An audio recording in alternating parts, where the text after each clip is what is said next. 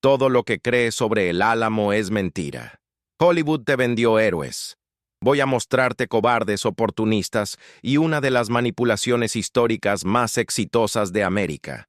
Porque lo que pasó en esa misión franciscana abandonada de San Antonio en 1836 no fue el acto de heroísmo sublime que te enseñaron en la escuela.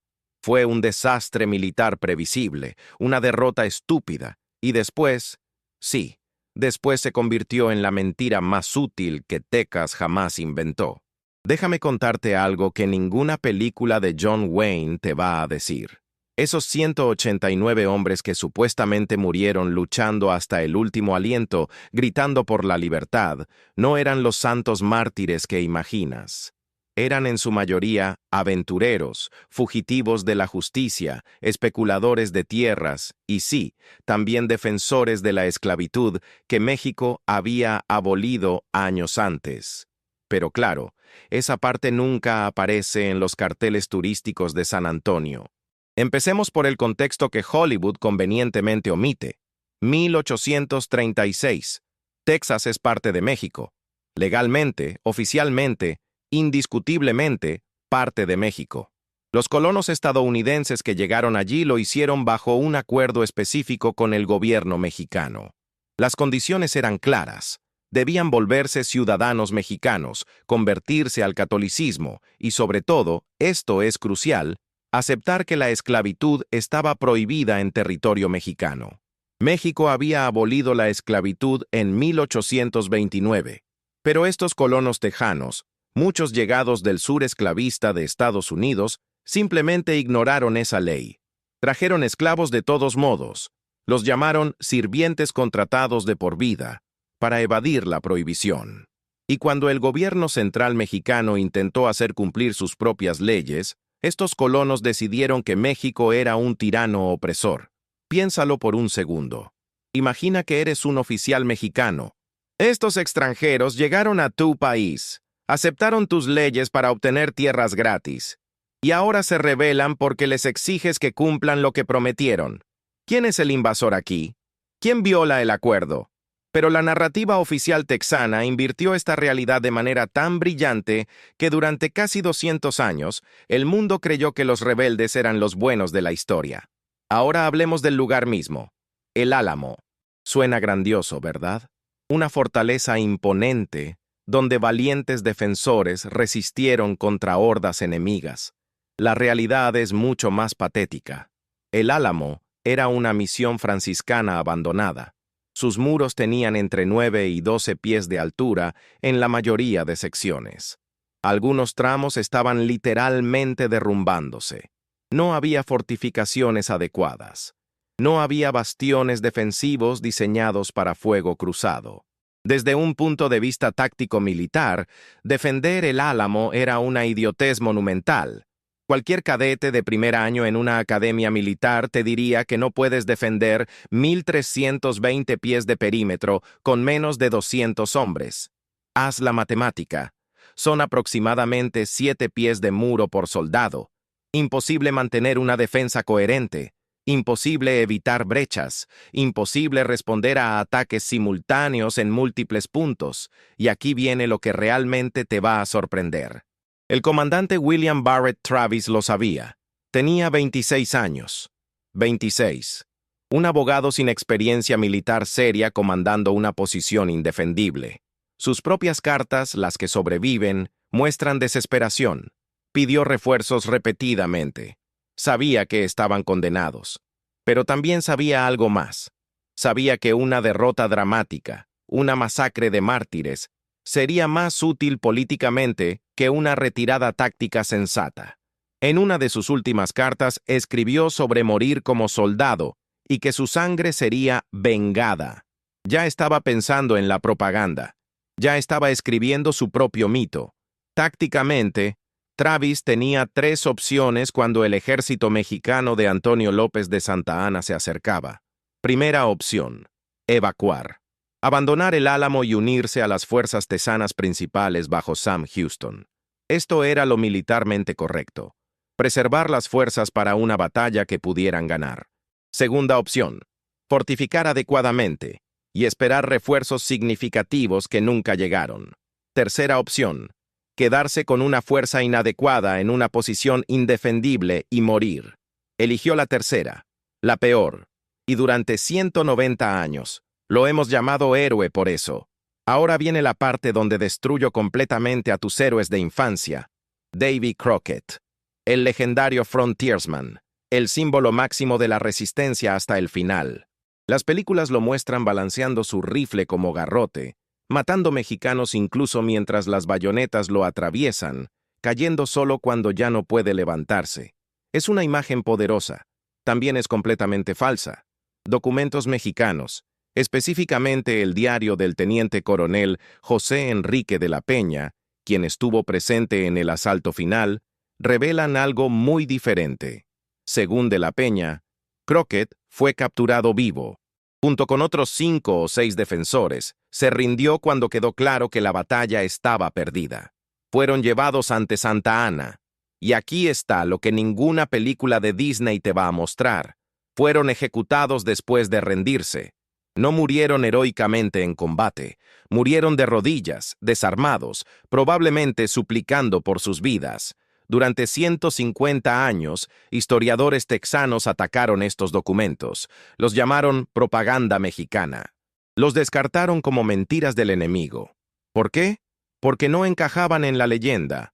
Porque un Crockett que se rinde, que quiere vivir, que muestra el instinto humano básico de supervivencia, no vende películas, no inspira niños, no justifica guerras posteriores, pero múltiples fuentes mexicanas, incluyendo soldados que no tenían razón para mentir en diarios privados, cuentan la misma historia. Crockett se rindió. Y honestamente, ¿quién no lo haría? Estaba rodeado por miles de soldados, sin munición, sin esperanza. Rendirse era lo racional, pero la mitología texana no puede permitir racionalidad. Necesita mártires que sonrían a la muerte. Y ni siquiera era texano. Crockett llegó a Texas apenas meses antes del sitio. Era un político fracasado de Tennessee, buscando nueva oportunidad en tierras fronterizas. No estaba allí por ideales profundos sobre libertad texana. Estaba allí porque le prometieron tierras gratis y una nueva vida lejos de sus problemas. Esto está documentado en sus propias palabras. Pero la historia lo transformó en el arquetipo del héroe estadounidense defendiendo la libertad. Conveniente, rentable, falso. Jim Bowie, el otro gran héroe del Álamo, el hombre del cuchillo legendario. Las películas lo muestran luchando desde su lecho de enfermo, matando mexicanos incluso mientras la tuberculosis o la neumonía o lo que sea que tenía lo consumía. Romántico, dramático, probablemente mentira. Para cuando empezó el sitio, Bowie estaba tan enfermo que no podía levantarse. No solo enfermo, agonizante. Algunos registros sugieren tifoidea, otros neumonía, otros una lesión infectada de una caída. Lo que sabemos con certeza es que estaba inconsciente o semiconsciente durante gran parte del sitio. Cuando las tropas mexicanas entraron en su habitación el 6 de marzo, lo encontraron en cama. Lo mataron allí. No hubo lucha heroica. No hubo última resistencia dramática. Solo un hombre moribundo ejecutado en su lecho. Pero aquí está lo realmente fascinante sobre Bowie. Era un traficante de esclavos. No estoy especulando. Esto está completamente documentado. Junto con su hermano Resin, Jim Bowie participaba en el comercio ilegal de esclavos africanos, comprándolos a piratas en Luisiana y vendiéndolos en el sur. Hizo una fortuna con esto. También especulaba con tierras usando títulos fraudulentos. Era, por cualquier medida moderna, un criminal. Pero necesitamos héroes. Entonces lo convertimos en uno. Aquí está el patrón que emerge una y otra vez. Los héroes del Álamo no eran hombres particularmente admirables. Eran complejos, defectuosos, a menudo motivados por codicia y ambición personal. Esto no los hace monstruos, los hace humanos. Pero la mitología requiere santos, entonces borramos las partes incómodas y los canonizamos.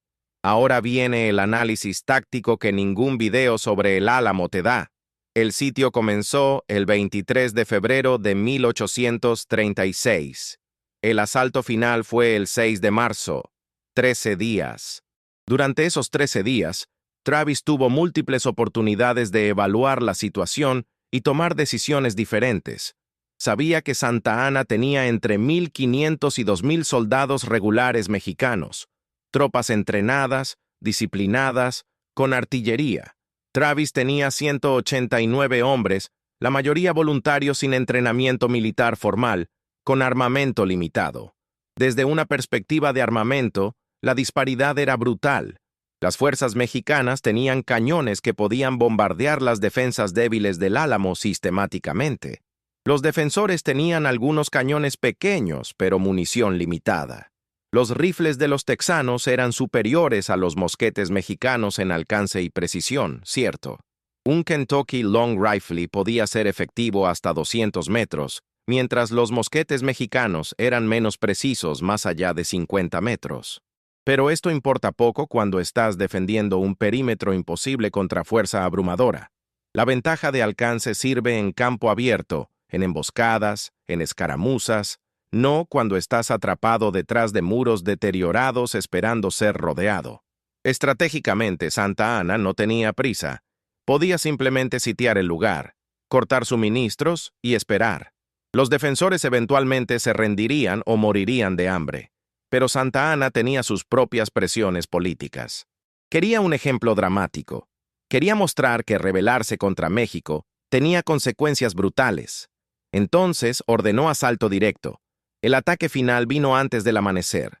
Aproximadamente 1,800 soldados mexicanos en 4 columnas atacando simultáneamente desde diferentes ángulos. Y aquí está algo que las películas nunca muestran correctamente.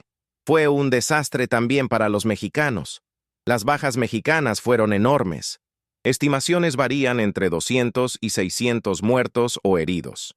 Para una batalla que duró menos de 90 minutos, eso es carnicería masiva en ambos lados. ¿Por qué tantas bajas mexicanas? Porque Santa Anna también cometió errores tácticos. Ordenó asalto frontal masivo contra defensores desesperados con rifles. Los primeros soldados mexicanos en alcanzar los muros fueron masacrados. Las columnas se atascaron, se confundieron en la oscuridad. Cuando finalmente rompieron las defensas, muchos defensores texanos ya estaban muertos o heridos. La batalla final en el interior fue más masacre que combate. Y aquí viene algo que te va a perturbar. No todos murieron luchando. Excavaciones arqueológicas realizadas en los 1990 revelaron algo inquietante. Encontraron concentraciones de restos óseos y balas en áreas que sugieren ejecuciones, no combate. Balas disparadas a quemarropa. Cuerpos en posiciones que indican ejecución más que lucha. Los arqueólogos quedaron perturbados al analizar esto, porque confirma lo que documentos mexicanos siempre dijeron. Muchos defensores fueron ejecutados después de rendirse o cuando la resistencia organizada ya había colapsado. Santa Anna había dado orden de no tomar prisioneros. Esto tampoco aparece en las películas heroicas. Era una orden deliberada de exterminio. Desde su perspectiva, era enviar un mensaje. Rebelarse tiene este costo. Desde cualquier perspectiva humana, era una atrocidad. Pero admitir esto complica la narrativa simple de buenos y malos que ambos lados prefieren. Ahora hablemos de las víctimas que Hollywood borra completamente. Había entre 20 y 30 mujeres, niños y esclavos en el Álamo durante el sitio. Casi todos eran familiares de los defensores o sirvientes. Cuando terminó la masacre, Santa Anna los dejó ir. Estos supervivientes fueron testigos directos de todo. Sus testimonios existen, y sus versiones no coinciden con la mitología heroica. Susanna Dickinson, esposa de un artillero texano, sobrevivió con su hija. Su testimonio, dado años después, describe pánico, confusión, hombres tratando de esconderse cuando quedó claro que todo estaba perdido. Describe a Travis muriendo temprano en el combate, no liderando heroicamente hasta el final. Describe el sonido de ejecuciones después de que el combate principal terminó. Pero por décadas, cuando su versión contradecía la leyenda, simplemente la ignoraban o la tildaban de traumatizada. confundida. Joe, esclavo de Travis, también sobrevivió. Su testimonio es aún más problemático para la mitología oficial, porque Joe era afroamericano esclavizado, forzado a estar allí, testigo de una rebelión que parcialmente existía para preservar la esclavitud que lo oprimía a él. Su perspectiva hace preguntas incómodas. ¿Por qué deberíamos honrar una causa que lo mantenía encadenado? Pero claro, en la narrativa oficial, Joe apenas existe. Es mencionado al pasar, su humanidad ignorada, su testimonio minimizado. Y aquí está donde la historia se pone realmente siniestra. Inmediatamente después del Álamo, mientras los cuerpos todavía estaban siendo quemados fuera de la misión, ya comenzaba la manipulación. Sam Houston, comandante general de las fuerzas texanas, necesitaba desesperadamente algo para motivar sus tropas. Texas estaba perdiendo. Los colonos huían. El ejército mexicano avanzaba. Houston tomó la noticia del Álamo y la transformó en propaganda perfecta. Remember the Alamo. Este grito de guerra fue manufacturado, no surgió orgánicamente.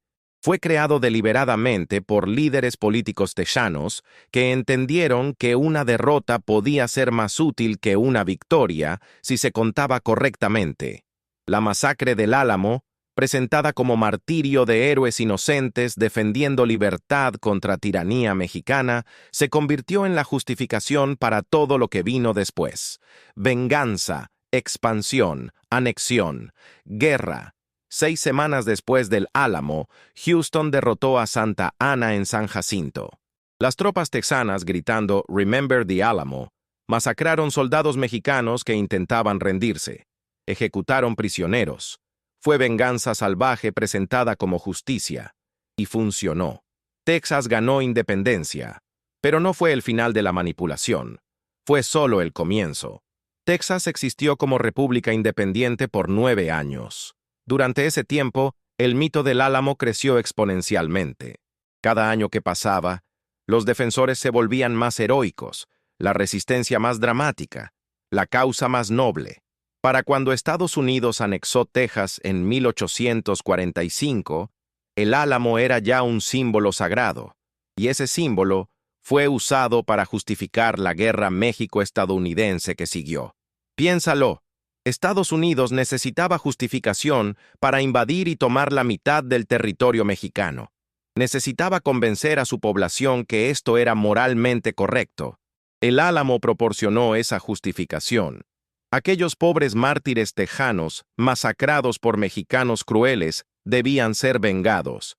El territorio que murieron defendiendo debía ser protegido. Era la misma propaganda, pero ahora a escala nacional. Y funcionó brillantemente.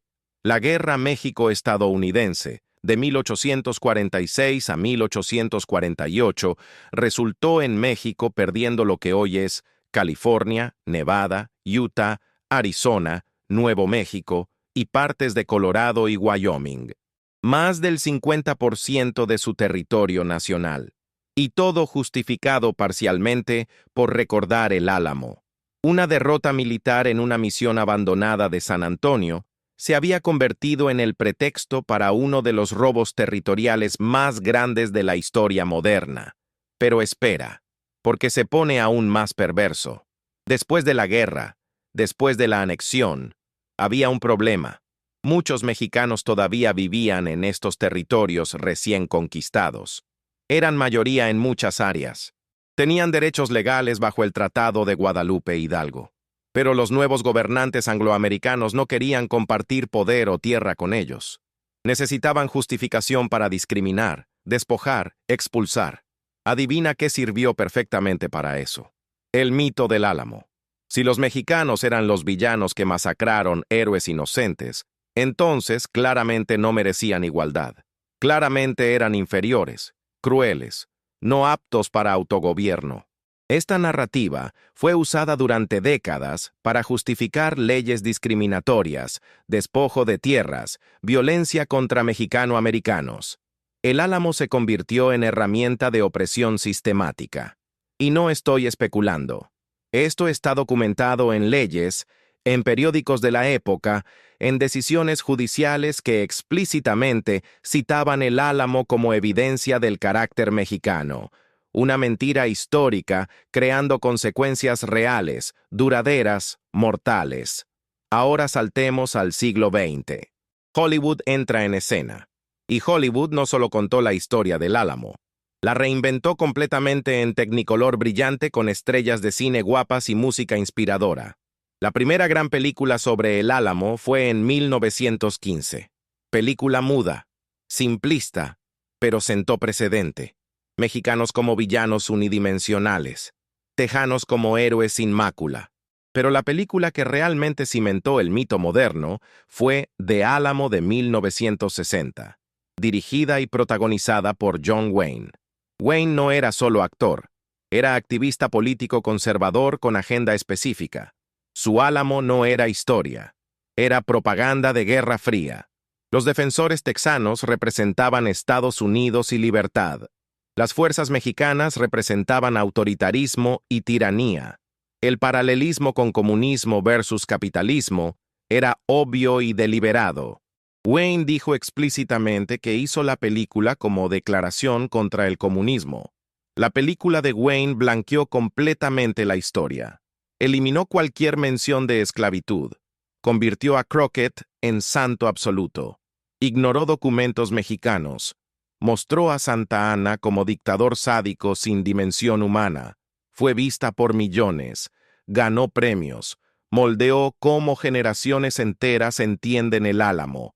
Y casi cada detalle importante era falso o tremendamente distorsionado. Otras películas siguieron: 1987, 1994, 2004 con Billy Bob Thornton. Cada una prometió ser más históricamente precisa que la anterior. Ninguna tuvo el valor de realmente desafiar el mito fundamental, porque el mito vende. La verdad incomoda, y aquí está algo fascinante sobre el poder de Hollywood. Cuando esa película de 2004 intentó mostrar algunas complejidades, como el hecho que muchos tejanos de origen mexicano lucharon del lado tejano, o que había debates sobre esclavitud, recibió protestas furiosas. Historiadores amateur, grupos patrióticos texanos, incluso algunos legisladores estatales atacaron la película por antiamericana y deshonrar a los héroes. El mito se había vuelto tan sagrado que cuestionarlo era blasfemia. Ahora necesito hablarte de algo que casi nunca se menciona. Los mexicanos tejanos. Los tejanos. Estos eran mexicanos que habían vivido en Texas por generaciones, desde mucho antes que los colonos americanos llegaran. Cuando estalló la rebelión, estaban en posición imposible. Algunos lucharon por México, leales a su gobierno legítimo. Otros lucharon por los rebeldes tejanos, sea porque compartían quejas contra Santa Anna, sea porque ya se habían integrado con comunidades de colonos. Juan Seguín fue uno de ellos, tejano que luchó del lado texano. Incluso estuvo en el Álamo antes del asedio final, pero Travis lo envió como mensajero buscando refuerzos, entonces sobrevivió. Después fue tratado como héroe temporalmente. Pero años después, a medida que el racismo anti-mexicano crecía en Texas, fue perseguido, acusado falsamente, forzado a huir a México. Su servicio a la causa texana no importó cuando la narrativa racial se volvió más importante que los hechos. La historia de Seguín es microcosmos de algo más grande. Los tejanos fueron borrados de la narrativa del Álamo porque no encajaban. La mitología requería claridad racial. Anglos blancos defendiendo civilización contra mexicanos oscuros y salvajes. Tejanos que lucharon en ambos lados, que tenían identidades complejas, que cuestionaban esta división simplista, eran incómodos. Entonces, simplemente fueron olvidados. Las mujeres también fueron borradas sistemáticamente. Ya mencioné a Susana Dickinson, pero había otras. Juana Navarro Alsbury y su hermana Gertrudis, ambas tejanas, estaban en el Álamo durante el sitio. Sus testimonios existen, pero han sido marginalizados. Cuando historiadores tejanos citan testigos del Álamo, típicamente priorizan voces masculinas, especialmente anglosajonas. Las mujeres, especialmente las mexicanas, son tratadas como fuentes secundarias menos confiables. ¿Por qué? Porque sus versiones no son tan heroicas. Describen miedo, confusión, pragmatismo, no el valor estoico que la mitología requiere. Y déjame contarte sobre los esclavos que estaban allí. Además de Joe, había otros afroamericanos esclavizados en el Álamo. Sus nombres son mayormente desconocidos, su perspectiva completamente ignorada, porque admitir su presencia hace preguntas terribles. ¿Cómo celebramos hombres luchando por libertad mientras mantenían otros humanos esclavizados? ¿Cómo honramos una causa que incluía preservar la esclavitud como objetivo fundamental? La respuesta histórica oficial ha sido simplemente no hablar de ello. Mencionar esclavitud en contexto del Álamo ha sido tabú en Texas durante la mayor parte de 2 siglos. Solo recientemente, bajo presión de historiadores más honestos, esto ha comenzado a cambiar. Pero todavía hay resistencia enorme. En 2015, el estado de Texas revisó materiales educativos sobre el Álamo. Historiadores recomendaron incluir más contexto sobre el rol de la esclavitud en la rebelión texana. La reacción política fue inmediata y feroz. Legisladores conservadores lo llamaron revisionismo y propaganda, como si presentar hechos documentados fuera distorsionar la historia. La ironía es brutal. La verdadera distorsión fue la mitología original. Pero esa mitología es ahora considerada historia real, y la historia real es considerada ataque político. Ahora hablemos de lo que los arqueólogos han encontrado. En 1989, comenzaron excavaciones serias en el sitio del Álamo. Lo que encontraron fue fascinante y perturbador. Primero, confirmaron que las defensas eran incluso más débiles de lo que documentos históricos indicaban. Secciones del muro eran básicamente ruinas apuntaladas. Cualquier fuerza atacante determinada podía romperlas fácilmente. Segundo, el análisis balístico de balas encontradas mostró algo interesante. Muchas balas mexicanas fueron disparadas hacia abajo, desde ángulo superior. Esto indica que tropas mexicanas habían alcanzado lo alto de los muros y disparaban hacia el patio interior contra defensores atrapados abajo. La imagen de los defensores del Álamo muriendo heroicamente en los muros no es correcta. Muchos murieron atrapados en el patio, sin cobertura, disparados desde arriba. Eso no es batalla. Es ejecución. Tercero, encontraron evidencia de fuego extenso después de la batalla. Santa Anna ordenó quemar los cuerpos de los defensores, pero no solo quemarlos. Los apilaron con madera y grasa animal y los incineraron durante días. Fue destrucción deliberada, no solo disposición de cadáveres. Era borrar, humillar, negar hasta entierro digno. Desde perspectiva mexicana de entonces, era tratamiento apropiado para traidores y rebeldes. Desde cualquier perspectiva humana, era crueldad innecesaria. Pero aquí está lo realmente perturbador. Cuando estos hallazgos arqueológicos fueron publicados, cuando científicos presentaron evidencia física que complicaba la narrativa heroica, fueron atacados. Recibieron amenazas. Fueron acusados de antipatriotismo. El sitio del Álamo es considerado casi tierra sagrada en Texas. Cuestionarlo con evidencia empírica es visto como profanación. Hay un museo en el Álamo. Millones de turistas lo visitan cada año. Hasta hace muy poco, ese museo presentaba versión completamente mitológica. Héroes valientes, villanos mexicanos, lucha por libertad, sacrificio noble, casi nada sobre esclavitud, casi nada sobre complejidad política, nada que cuestionara la narrativa simple. Eso está comenzando a cambiar ahora, muy lentamente, contra resistencia política masiva. Pero durante casi 2 siglos, ese sitio fue templo de mentiras consensuadas. Y esas mentiras tienen consecuencias reales hasta hoy. El Álamo es usado constantemente en retórica política texana. Políticos invocan el espíritu del Álamo cuando quieren sonar patriotas, cuando quieren apelar a identidad texana, cuando quieren, seamos honestos, avivar sentimientos antimexicanos o antiinmigrantes. Remember the Álamo se ha convertido en código para cierto tipo de nacionalismo texano que es fundamentalmente excluyente. En 2016, durante debates sobre inmigración, un legislador texano literalmente dijo que necesitaban un nuevo Álamo para defender la frontera contra inmigrantes mexicanos. Estaba usando una narrativa de hace casi 200 años, basada en mentiras, para justificar políticas discriminatorias hoy. Esto es el legado tóxico del mito. Y los mexicanos recuerdan también, pero diferente. En México, el Álamo no es celebrado, obviamente. Santa Anna es generalmente visto como dictador problemático que eventualmente perdió la guerra. Pero la batalla del Álamo es recordada como momento donde México defendió su territorio contra invasores ilegales. Desde esa perspectiva, completamente válida, Santa Anna estaba haciendo exactamente lo que cualquier gobierno haría: sofocar rebelión ilegal en su territorio. Ambas narrativas son propaganda. La versión texana heroica es propaganda. La versión mexicana de defender territorio contra invasores también simplifica complejidad real. La verdad está en medio, complicada, incómoda para todos. Aquí está esa verdad. La rebelión texana no fue simplemente sobre libertad o tiranía. Fue sobre poder, tierra, dinero y, sí, esclavitud. Los colonos texanos tenían quejas legítimas sobre gobierno centralizado de Santa Anna.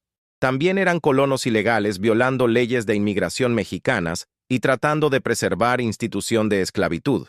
Santa Anna era dictador que violaba constitución mexicana.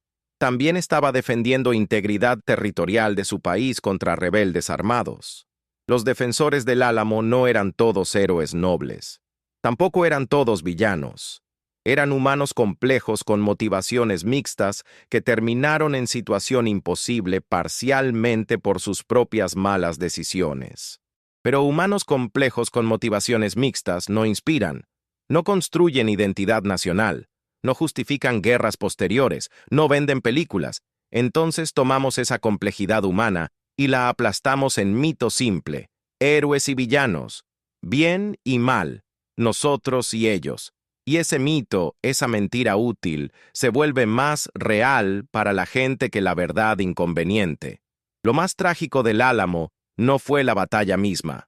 Hombres murieron, sí, fue horrible, pero hombres mueren en guerras constantemente. Lo verdaderamente trágico es cómo esas muertes fueron explotadas, cómo los muertos fueron transformados en propaganda, cómo sus vidas complejas fueron simplificadas en caricaturas, cómo sus muertes fueron usadas para justificar más violencia, más despojo, más opresión. Travis, Crockett, Bowie, los otros 186 que murieron allí, merecían ser recordados como eran: humanos falibles que tomaron malas decisiones y pagaron precio terrible. En cambio, fueron convertidos en santos mártires de causa que muchos de ellos probablemente no entendían completamente.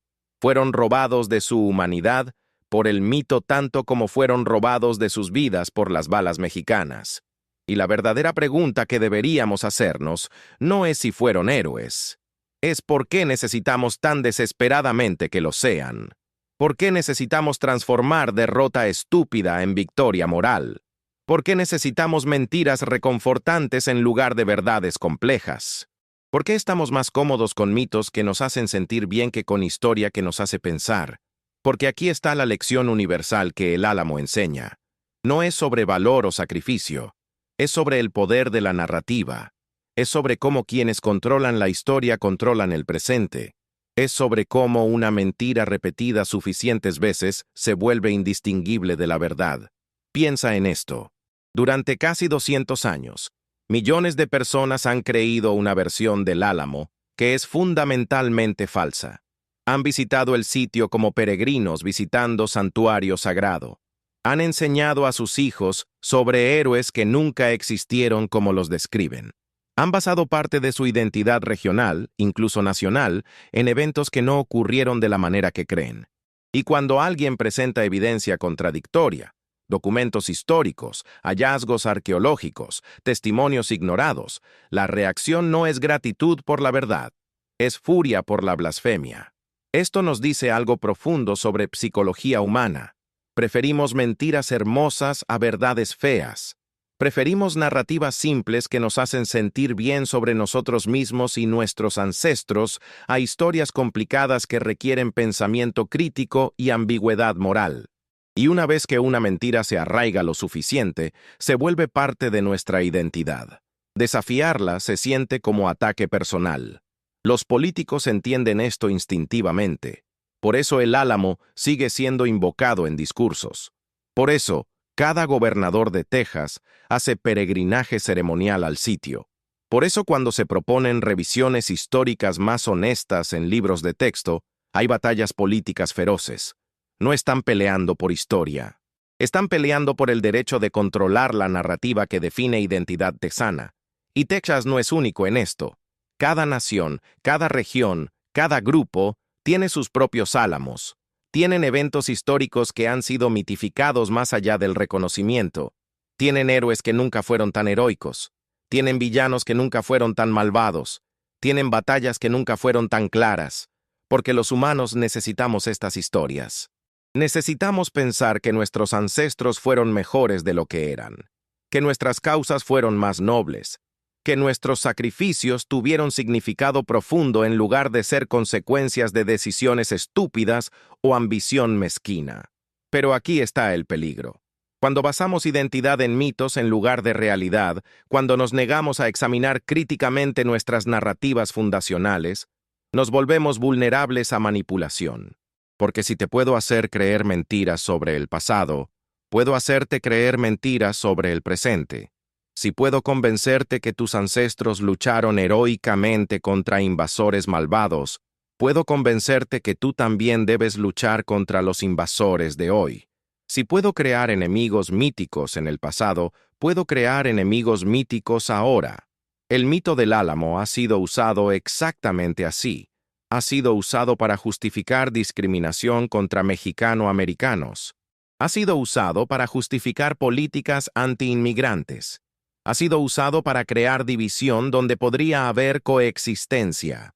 Porque si los mexicanos son los villanos que masacraron héroes inocentes hace casi 200 años, entonces son el enemigo eterno. Nunca importa que la mayoría de mexicano-americanos en Texas hoy son descendientes de gente que vivía allí antes de que llegaran los anglos. Nunca importa que muchos lucharon del lado tejano. El mito simplifica, divide, deshumaniza. Y aquí está lo verdaderamente perverso. Las víctimas reales del Álamo, los hombres que realmente murieron allí, han sido victimizadas 2 veces. Primera vez por las balas y bayonetas mexicanas. Segunda vez por la máquina de propaganda que los convirtió en símbolos en lugar de humanos. Travis escribió cartas desesperadas pidiendo ayuda que nunca llegó. En su terror final, ¿quería ser mártir o simplemente quería vivir? Nunca lo sabremos. Le robamos esa humanidad al convertirlo en estatua. Crockett, si realmente se rindió, mostró sabiduría básica de supervivencia.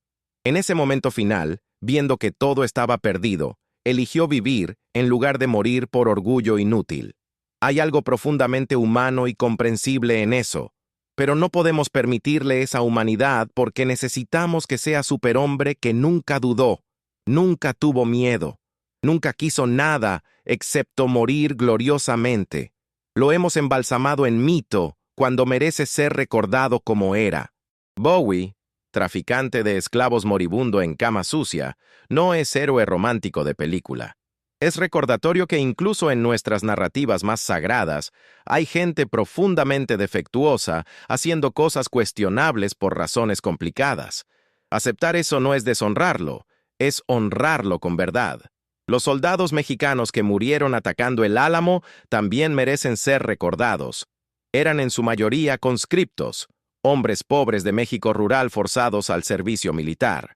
No eligieron estar allí más que los defensores realmente eligieron morir allí. Siguieron órdenes. Muchos murieron en asaltos frontales suicidas contra fuego defensivo.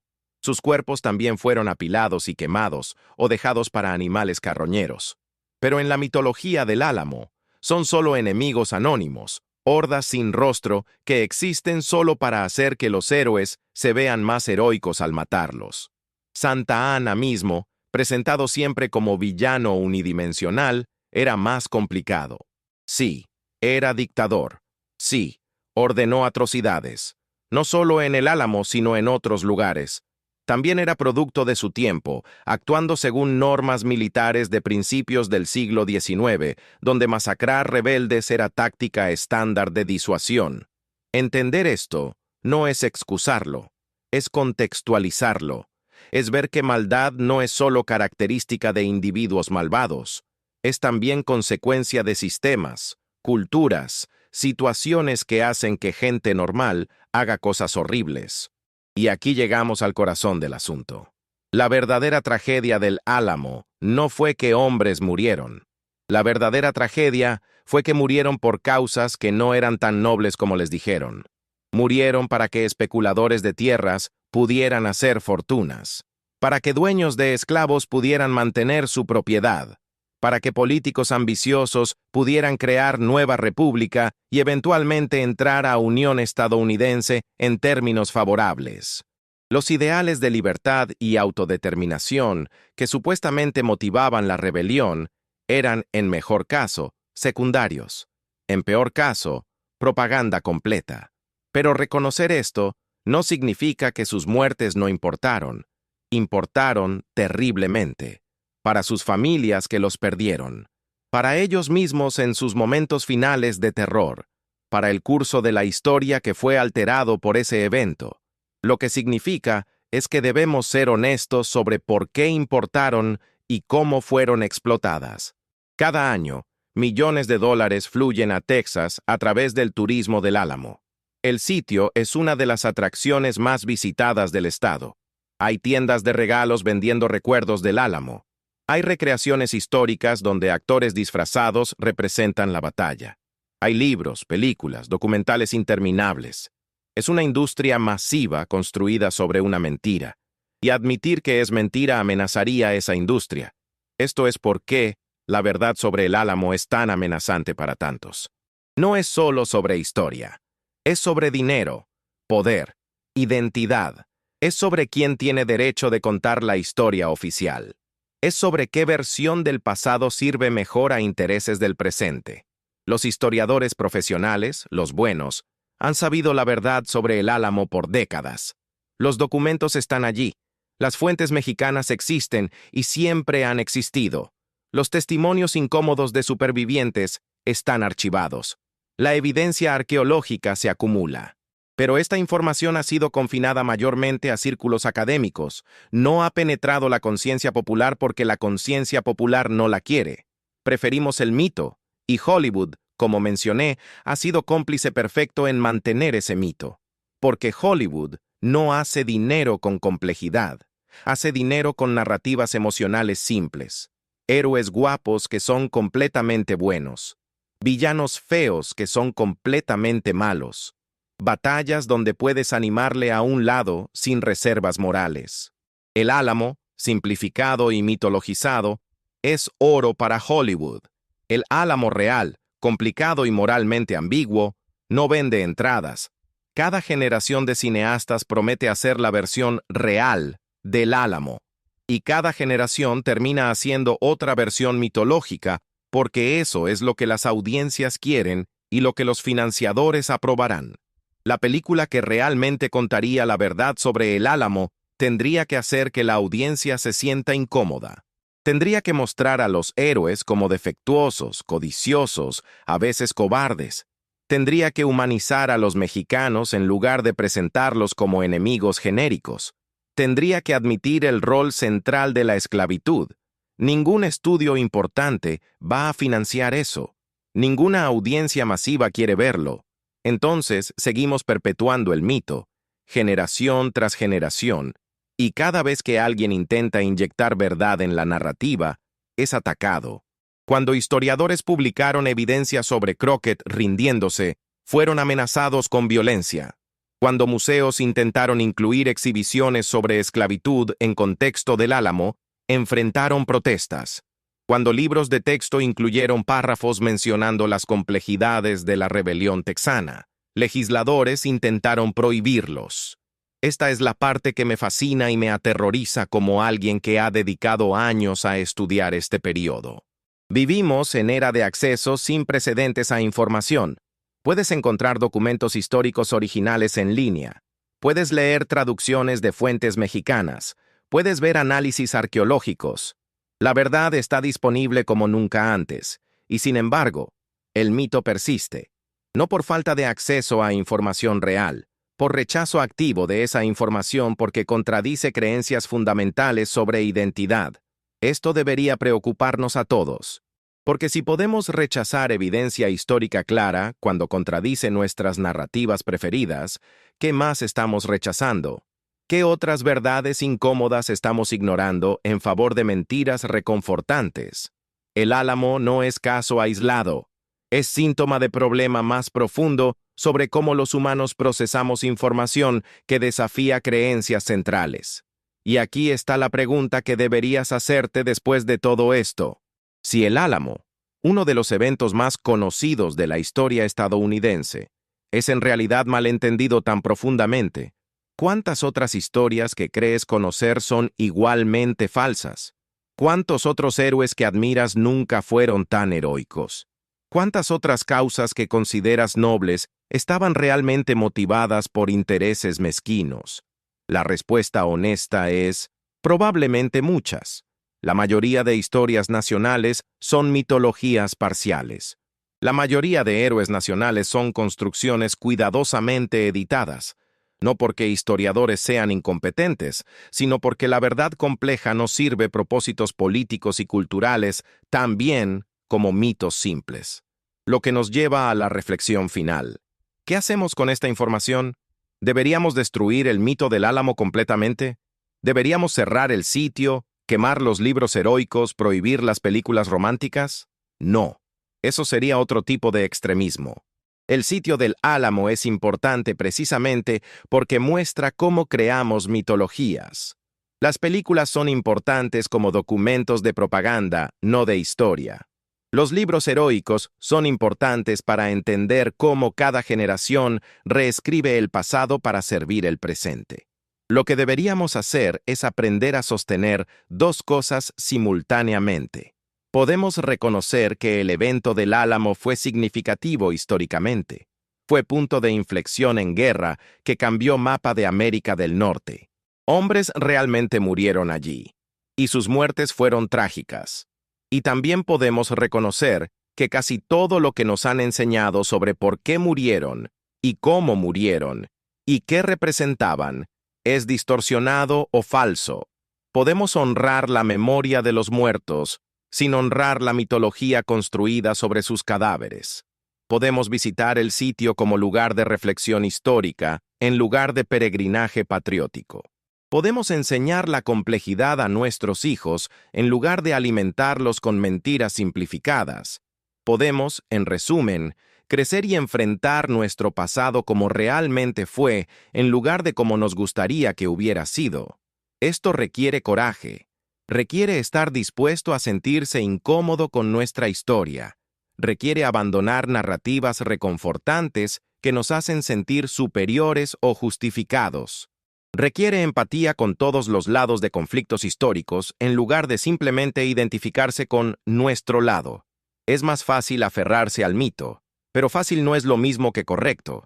La verdad sobre el Álamo es que no fue batalla entre bien absoluto y mal absoluto.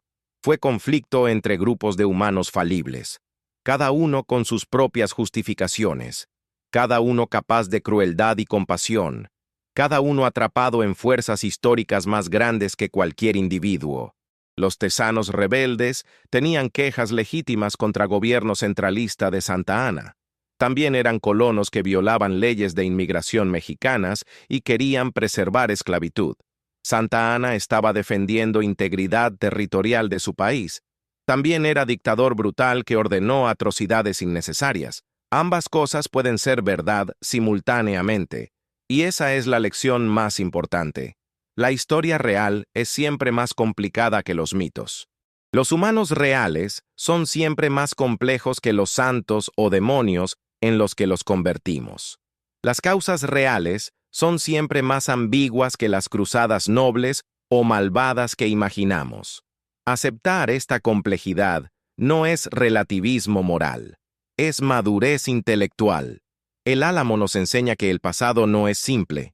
Nos enseña que debemos cuestionar narrativas oficiales, buscar fuentes múltiples, estar dispuestos a cambiar nuestras creencias cuando evidencia lo requiere.